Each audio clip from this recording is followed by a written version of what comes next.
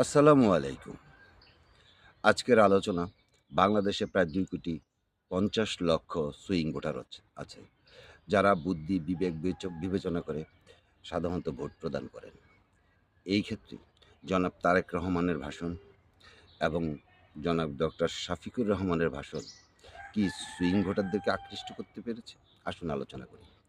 জনাব তারেক রহমান সাহেব তিনি তার ভাষণে ফ্যামিলি কার্ড, কৃষক কার্ড, খাল খনন এবং উম নারীদের শিক্ষা ইত্যাদি বিষয় নিয়ে প্রতিশ্রুতি দিচ্ছেন। অন্যদিকে ডাক্তার শফিকুর রহমান সাহেব তিনি চাঁদাবাজি নির্মূল, দুর্নীতি দমন, তারপরে উত্তরবঙ্গে কৃষি রাজ্য বা কৃষকদের জন্য রাজধানী গড়ে তুলবেন এবং নারীদের অপমান সহ্য করা হবে না। এই সকল বিষয়ে বক্তব্য রাখছেন। এখন প্রশ্ন হচ্ছে, যারা সুইং ভোটার তারা কি এই সকল বক্তব্যে আকৃষ্ট হচ্ছে?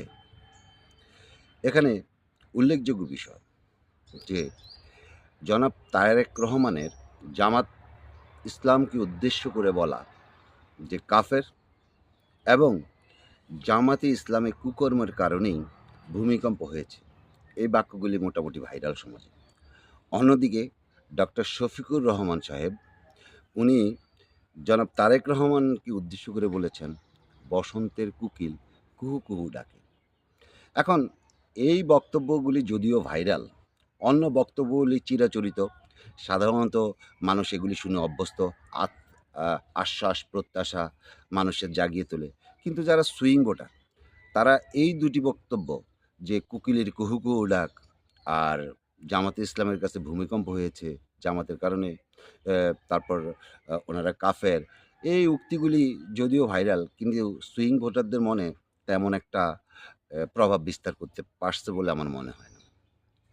আমার কাছে মনে হয় জনাব তারেক রহমান সাহেব যদি দীর্ঘস্থায়ী ক্ষমতার লোভ ত্যাগ করে উনি যদি এটা বলেন যে উনি পার্টির চেয়ারম্যান এবং প্রধানমন্ত্রিত্ব একই সাথে থাকবে না, অর্থাৎ এটা যদি প্রকাশ্যে বলেন, যদিও ওনার এটা ৩১ দফার এজেন্ডাতে ছিল, কিন্তু প্রকাশ্যে এখনও এই উক্তিটা তিনি করেন নাই।